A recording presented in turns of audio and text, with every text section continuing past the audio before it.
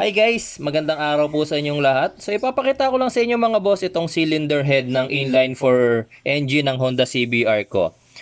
Binuksan ko to and share ko sa inyo ngayong araw na to mga boss kung ano yung number one reason kung bakit hindi ako gumagamit ng silicone or gasket maker pagdating sa cylinder head. So kapag nag-overhaul ng makina, yung nakikita nyo to, ang tawag dyan is cylinder head gasket. Ito yung cylinder head, tapos yun naman yung block.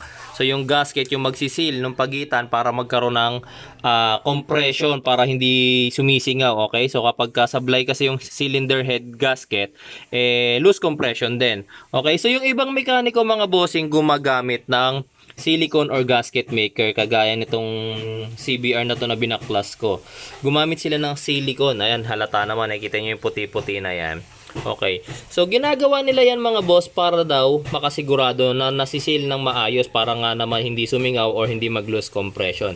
Actually, tama naman yon. Pero meron kasing isang bagay na nako-compromise pag gumagamit kayo ng silicone or gasket maker. Ito, papakita ko sa inyo.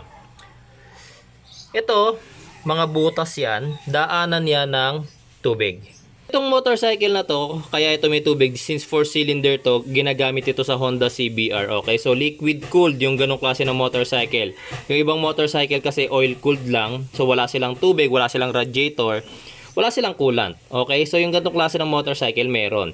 Okay, so ito, nakikita nyo yan, maliliit na butas na yan, na siguro yung butas na yan, mas malaki lang ng konti sa butas ng 5, di ba? Pero makikita ninyo mga bossing, yung butas nila lalo pang lumiit. Bakit? Kasi dahil sa silicone. Ayan.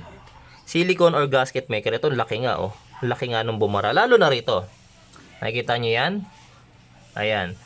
Sa cylinder head gasket mga boss, hindi lang water ang pinipigilan niyang makapasok, kundi pati yung langis. Paano kung pati yung langis mga bossing, yung daanan langis matakpan ng silicone or ng gasket maker? Ay, nakita nyo mga bossing, isa sa unang reason ng isang unang cause ng pagkakablock ng ganyan mga boss, overheat.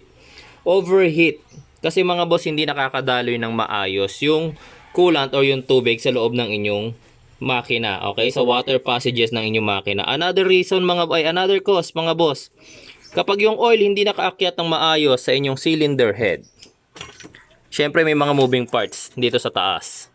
Wala lang dito yung camshaft. Andito yung camshaft. Okay, may yung ibang makina, ito walang rocker arm to, dahil shim type to.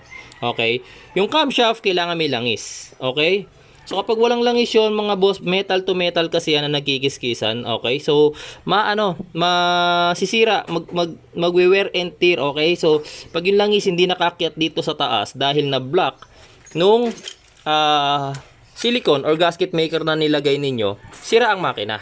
Okay, sira ang makina. Kaya hindi ako gumagamit ng silicone kasi nga yes, nakakapag-seal nga sila, pero tignan nyo naman yung nasa sacrifice ninyo. Natatakpan ninyo yung mga butas. Ayan oh, importante yung mga butas na yan mga boss.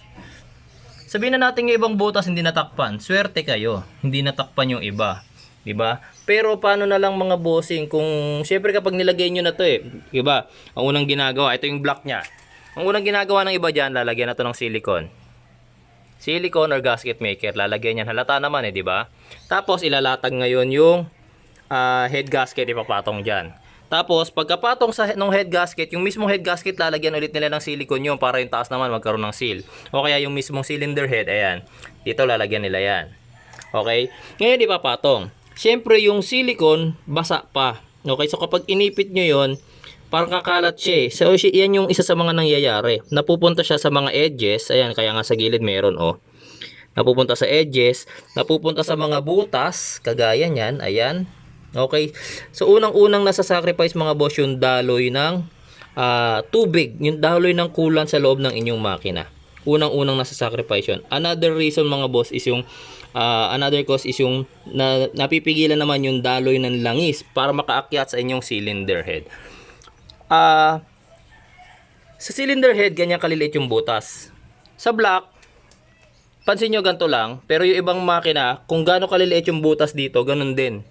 Okay, so iba kasi yung model ng makina na to, kaya makikita nyo malaki yung daanan ng tubig, kaya siguro sasabihin ng iba, ang laki naman ng daanan sa block so okay lang matakpan to. Sa block, Okay? Pero paano nga sa cylinder head? Tsaka, gaya ng sinabi ko, hindi lahat ng makina mga bossing, ganyan din. Yung iba hindi ganyan, maliliit yung kanilang butas. Kung ano yung laki ng butas na nakikita nyo rito sa mga head gasket. Ito, tanggalin ko na nga to. Yan, tulad yan, ang hirap na nga rin tanggalin, oh. Diba? Ng cylinder head gasket nya. Okay. Kung gaano kaliit yung mga butas dito, mga bossing, may ibang makina na ganun din kaliit yung butas doon sa block nila. Okay, so mahirap. Mahirap mga boss pagka na barahan, tulad yan, ang tigas niya, oh. Hindi ko siya matanggal ng kamay ko, 'di ba? Lalo na 'yung tubig, hindi makakadaan diyan. So nabarahan 'yun na. Grabing bara yan, oh. 'Di ba? Kaya wag na wag kayong gagamit ng silicone or gasket maker kapag ka nagsisil kayo ng head gasket. Ako, ang pinaka ginagawa ko kapag ka meron akong cylinder head jobs, hindi ako gumagamit ng silicone. Ang ginagamit ko is grasa lang. Grasa lang, tapos ipapahid ko lang sa cylinder head, papahid ko sa cylinder head gasket, tsaka ko ilalapat ngayon yung cylinder head sa mismong block. Okay, kasi yung grasa mga bossing, kapag ka uminit na yung makina, 'di ba, para siyang paste. Pag uminit ng husto yung makina, nalulusaw yung grasa, nagpapara siyang langis. Okay, so kung pumasok man siya sa daanan ng tubig, humalo man siya dun sa ating coolant, okay lang yon kasi nga ilalabas naman siya papuntang radiator. So kapag dumating yung araw na nag-radiator flush tayo, coolant flushing, may tatapon din natin yung langis na yun ay yung grasa na nalusaw na yun So hindi yun masama sa makina natin. Okay lang. Tapos masisigurado pa natin mga bossing na lahat ng butas na yan hindi nyo nabarahan. Yung kasi yung pinaka main cost nun Yung sinasabi naman na iba na kaya sila gumagamit ng sealant para properly masil. Actually, ang pinakamagandang gawin niyo, syempre, gumamit kayo ng magandang klase ng cylinder head gasket. Isang magandang klase ng cylinder head gasket sapat na para matugunan yung trabaho ng pagsisil. Huwag niyo nang gamitan ng ng sealant kagaya nitong mga to, ng mga gasket maker. Nakakasama lang sila mga bossing. Tingnan niyo ilang butas yung nabarahan na yan. Ang dami niyan, oh. 'Di ba? Imagine niyo na lang kung hindi niyo napansin na mas marami pa pala diyan yung natakpan. 'Di ba? Tas magtataka kayo bakit kaka-overhaul lang ng makina, nag-overheat na, o kaya naman nagpalit galing kayo sa overheat, nagpalit kayo ng head gasket, tapos napansin niyo ang bilis uminit ng makina niyo, ilang minuto pa lang siyang umaandar o kaya nag-overheat din siya. So isa yan sa reason mga bossing.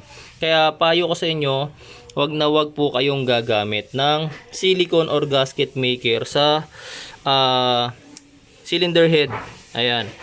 Actually, hindi talaga ako nagre-recommend ng ganun. Ayan, pati nga tuloy sa pagsiservice, ang hirap nilang tanggalin, di ba? Ang hirap nilang tanggalin. Ayan. Ayan, di ba? Nakita nyo yung mga natakpan na butas na yan? Di ba? Yan yung masama. Imagine niyo yung liit na nga lang ng butas. Ito na lang yung isang malaking example ko. Ito yung butas ng cylinder head. Ito yung head gasket. Tignan nyo yung butas na nga lang nung daanan. Napakaliit na nga lang, natakpan pa. Ayan, hindi ko matanggal. Yan, Ito yung original na butas ng cylinder head, daanan ng tubig. Tapos natakpan pa nung gasket maker yung napakaliit na butas na yon, di ba? Wala nang daanan yung tubig nyo ngayon, yung coolant nyo ngayon. So mag-overheat na, prone na mag-overheat yung inyong makina. Okay?